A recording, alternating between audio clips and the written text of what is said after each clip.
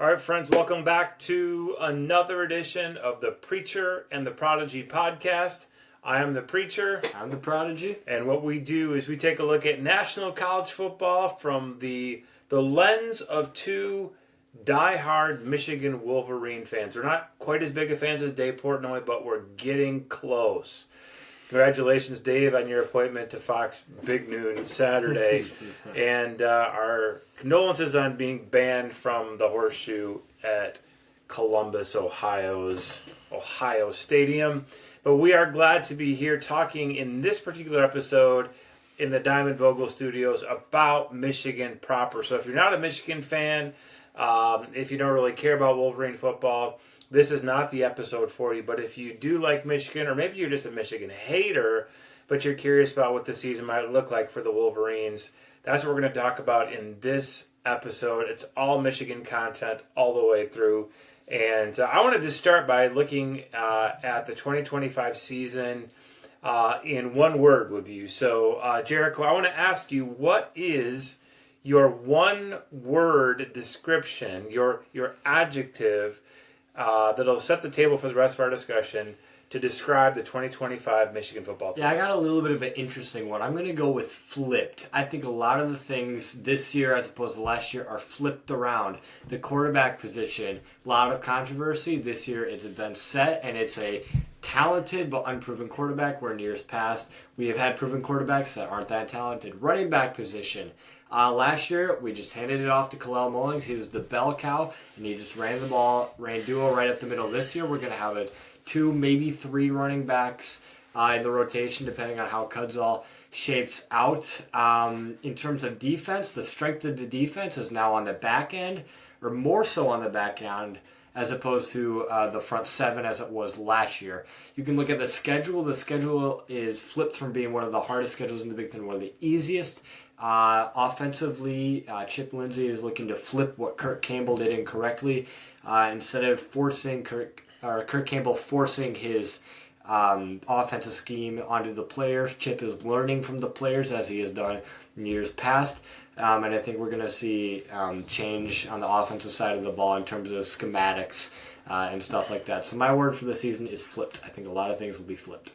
I'm going with hemispheric. Hemispheric, because I am very optimistic about the potential for this team to be a really, really good defense. I believe they are ranked number one in SP Plus in defense coming into the season, with good talent really at all three levels of the defense.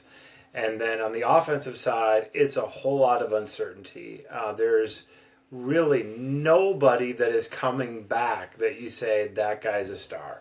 And maybe that's a good thing after last season, because offensively Michigan was absolutely putrid. They were in the bottom probably quadrant of teams in terms of offensive production, and they were close to the very bottom. They were in they were realm in the service academies when it comes to passing. So that's my word. I think that Michigan is a half of a team, and I think that they're going to be a little bit. I went with hemispheric. You could say Iowa-esque, but right now, under Tim Lester, Iowa's just going all over the place. So, so here's the next question: what three things have to happen for this season of Michigan football to be considered a success? Now, I think in 2023 we would have said a national championship is what it's going to take for it to be successful.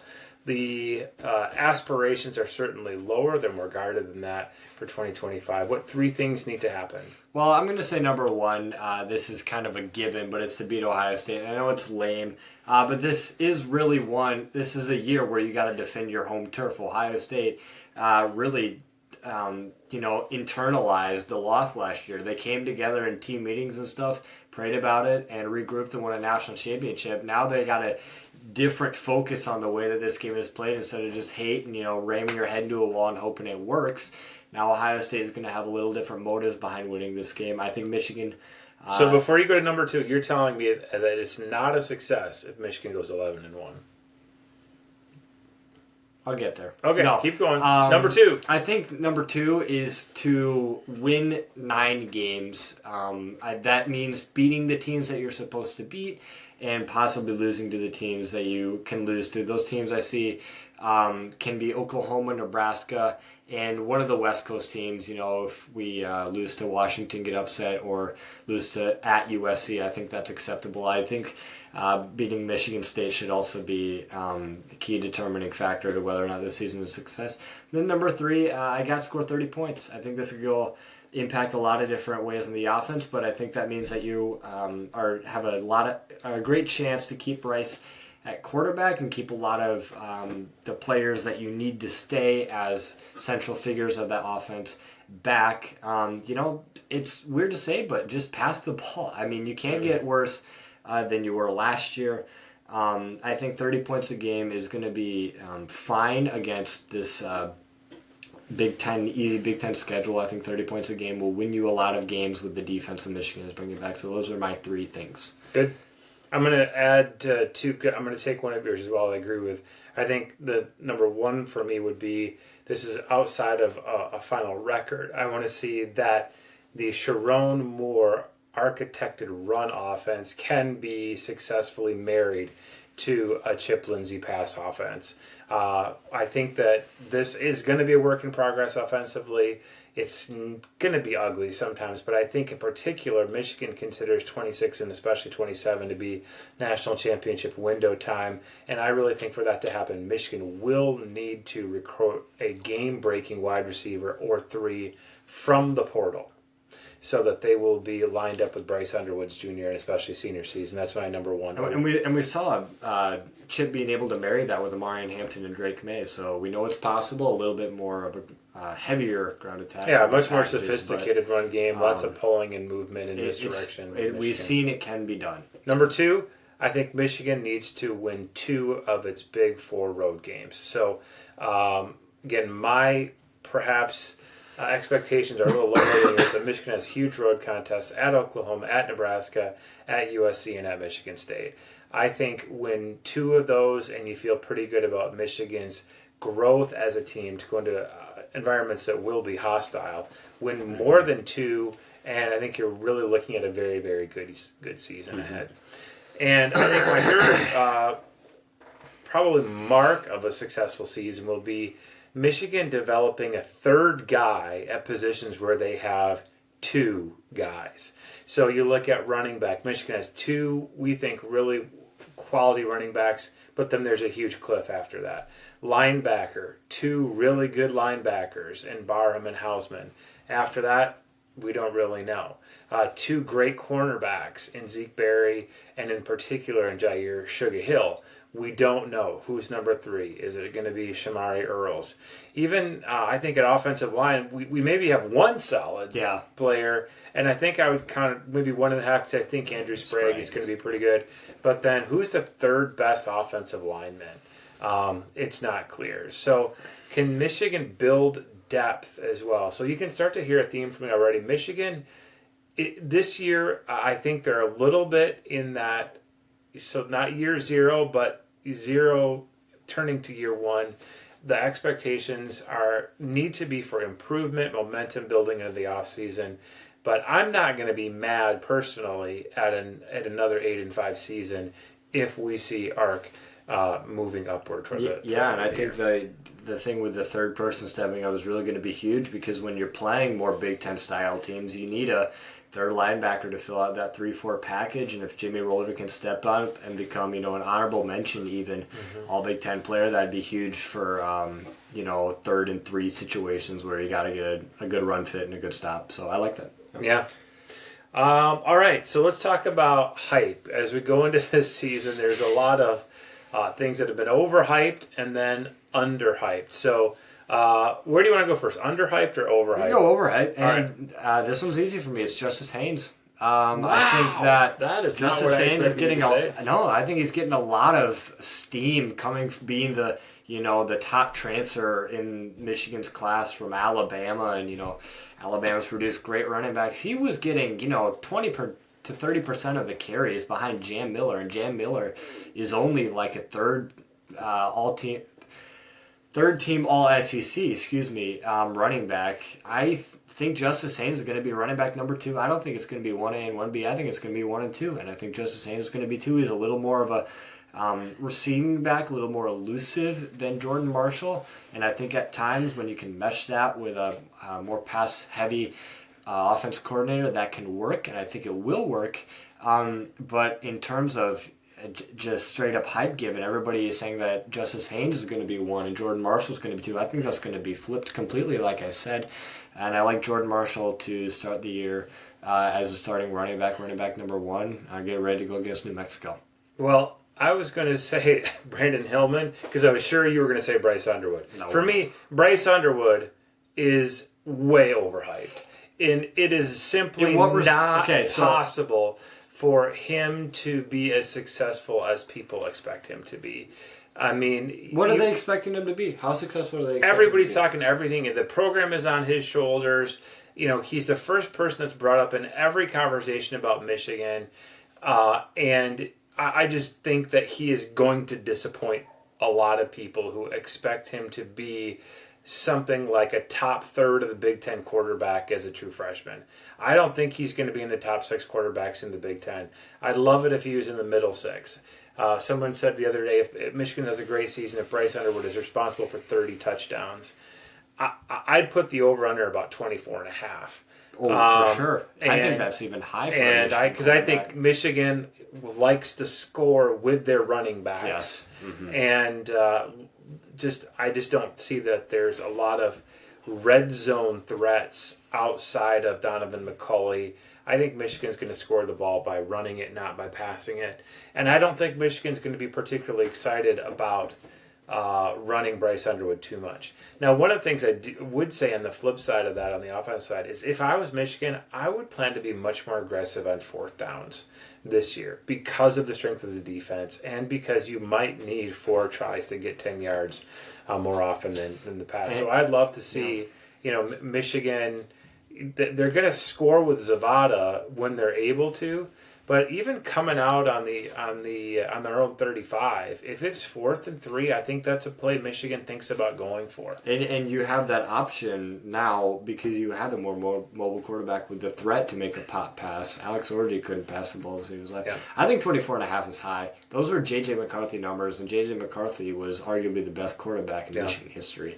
I don't know with the new offense how often we're going to score on passing the ball, on deep shots, because that seems to be what Chip likes to do. But I think with most Michigan offenses, a lot of touchdowns are going to be 2-yard plunges. You mentioned people will be disappointed if Bryce goes 14 for 22, 2 touchdowns, 1 pick, and 180 yards. I personally wouldn't be disappointed, but I know a lot of people out there, a lot of non-Michigan college football fans looking at this team would be like, oh, Bryce didn't go, 27 for 30 for 350. And he's getting $10 million. That's what we're going to hear. That's another. It'll be like, well, they paid $400,000 per touchdown. That's just going to be super hard. That's another, So the other thing I was going to say, Brandon Hillman's getting a lot of juice just because he's been such a heavy hitter in practice. But safeties are, by their the role that they play, they're wrong a lot of the time. And in charting, I think we're going to see that Brandon Hillman is no Rod Moore as far as play diagnosis.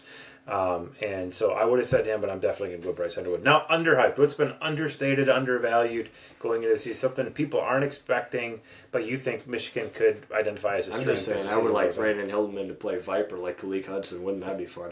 My underhyped player is going to be Ernest Hausman. I think Ernest Hausman can be an All-American. I really love how much he knows about the opposing offenses. Late in the season, aside from a few plays here and there, he was getting every single coverage right, every run fit right. Mm-hmm. He knows where the ball is going to go. He helps everybody around him, as Mike linebackers do. He is getting huge in the weight room in the offseason.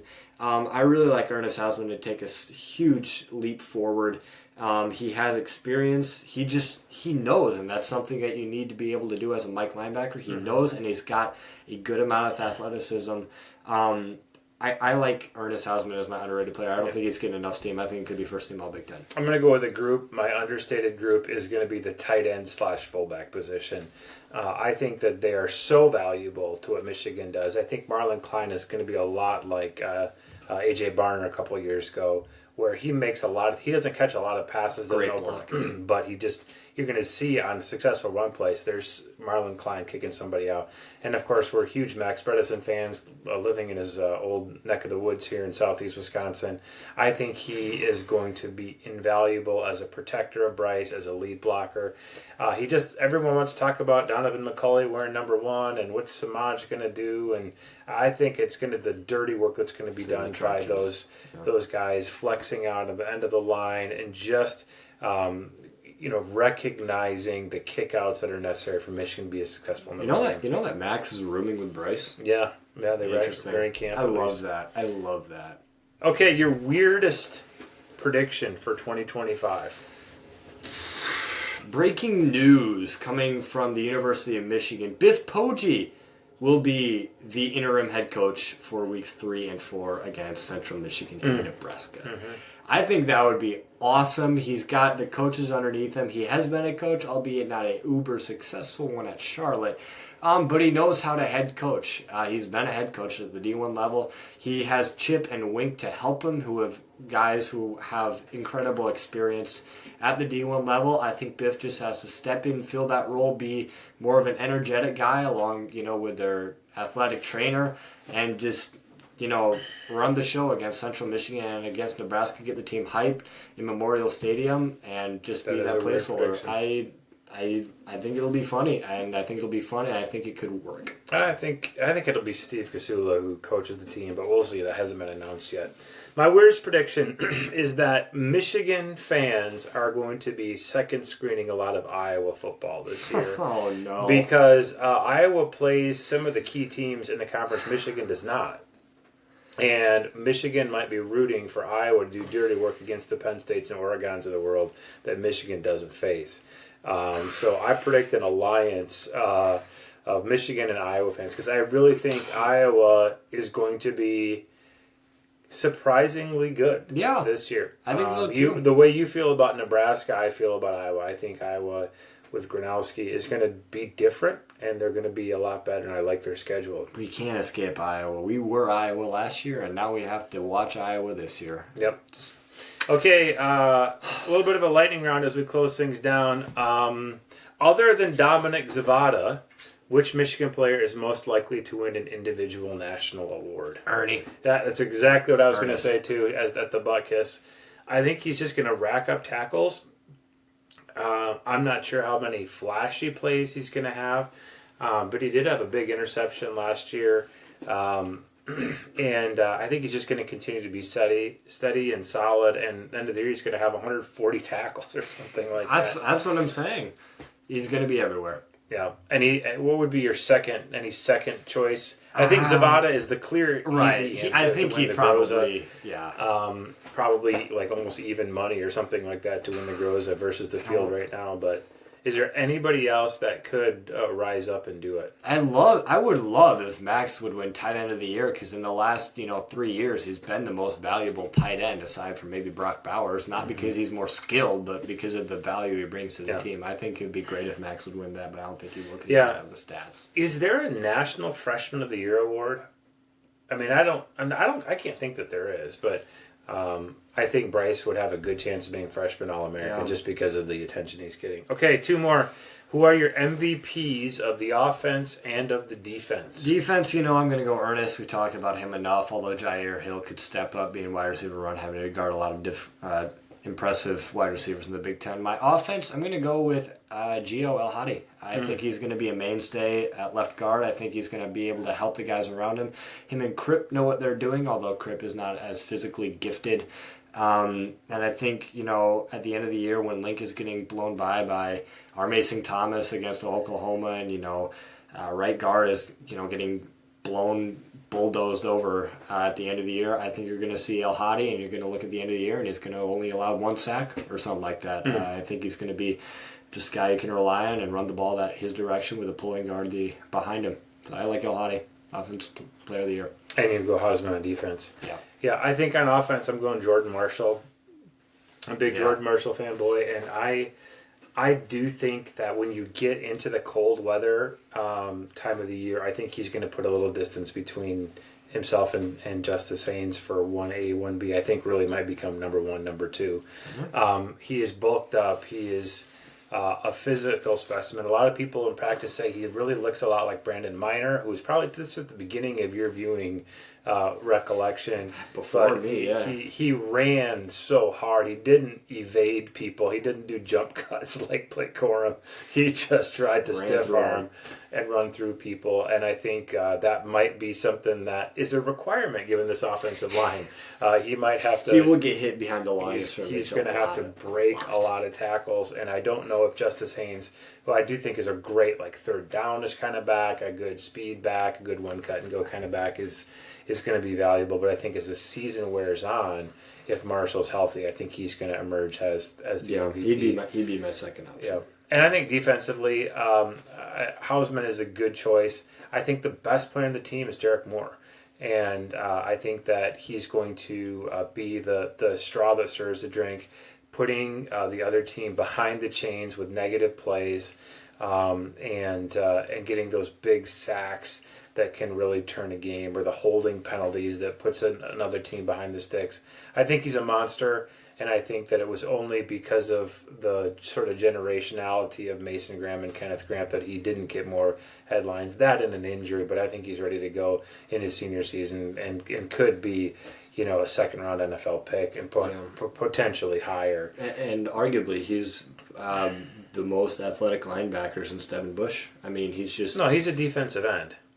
Are we talking about Moore or Barham? Derek Moore. Oh, I was Derek thinking Moore. Barham. I'm sorry. Yeah, Moore a lot of the year got outshined by Stewart, who would get to the quarterback a half second before him. So, I like that take. I think Jayshon Barham I think he's going to make he's the anti-Hausman. I think he's going to make the flashy plays. Yeah. But I think he's going to be in the wrong run fit sometimes. And the wrong coverages. And it could just be that toward the end of the year, Michigan just deploys him as just a screamer, like he's going to blitz every play. You just don't know where he's going to line up. And so that maybe they can find that they trust Jimmy Rolder or Cole Sullivan or Bowles to play that linebacker that stays a little bit further away from the line of scrimmage and just shun Barham because he is just a torpedo. Yeah. Going toward the quarterback, but I think Derek Moore is the best football player Michigan has right now, so he's my choice. All right, so let's wrap up our final record. What do you see happening this year? And where does it land Michigan in the postseason? Yeah, I see Michigan going 10-2, a little more optimistic than most diehard Michigan fans out there. I think losses to Oklahoma and Nebraska early in the year. Oklahoma is going to be a very difficult place to play. Basically, everywhere Michigan is good at, Oklahoma is just a little bit better. And it's a road game in the SEC. I like Oklahoma to do fairly well against Michigan, and I like Nebraska. They're in my top 10. I think Matt Rhule is going to figure it out. And it's just going to be, they're going to be a well-oiled machine, and Michigan's going to make a mistake here or there just because they've got a lot of uncertainty, especially on offense.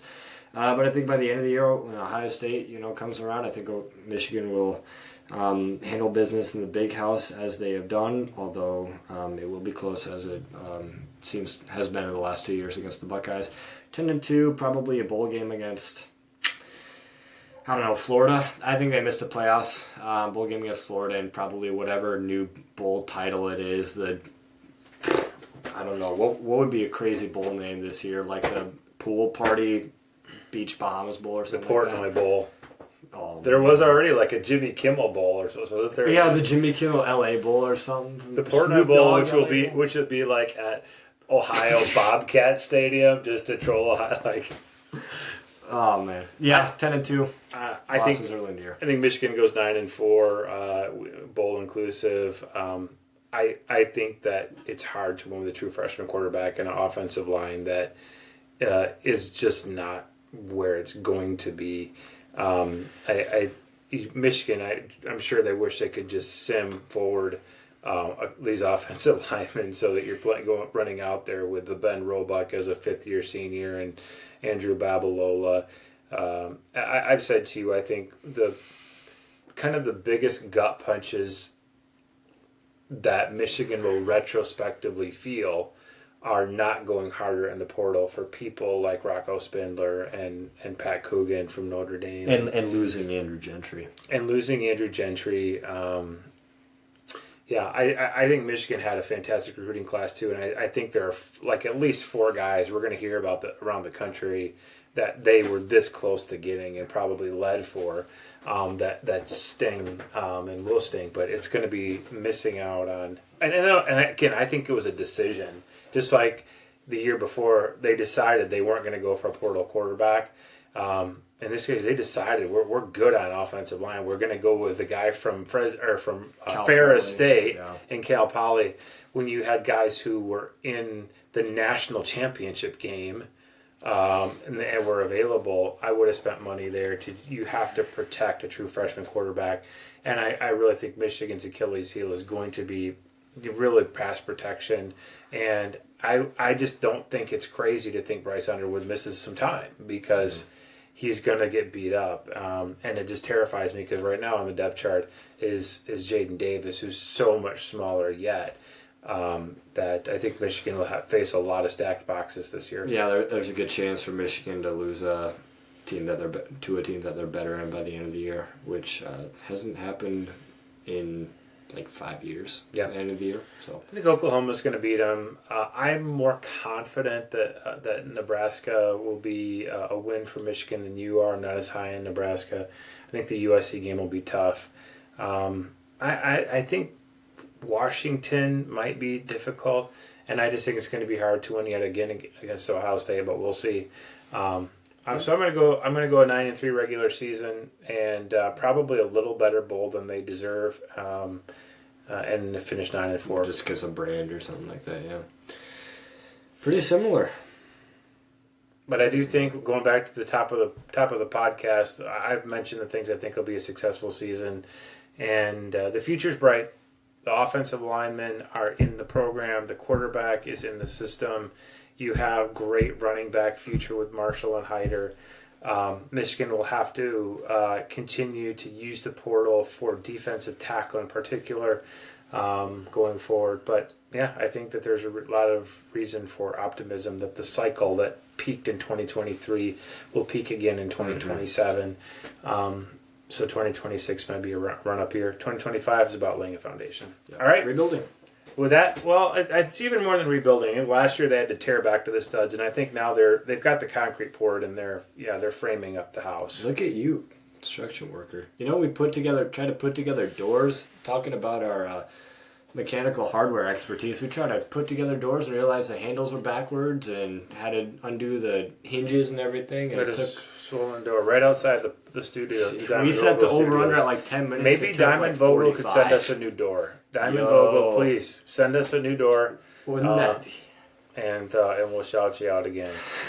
All right, that'll do it for the Michigan Specific podcast. We have one more this week as we look ahead to Week 1 games. Epic there are a couple of big ones. It all starts with Happy Night on Thursday night. Get the steaks. Well, we're doing ribs. Doing ribs this time. Get the ribs. Until then, I'm the preacher. I'm the prodigy. Peace out.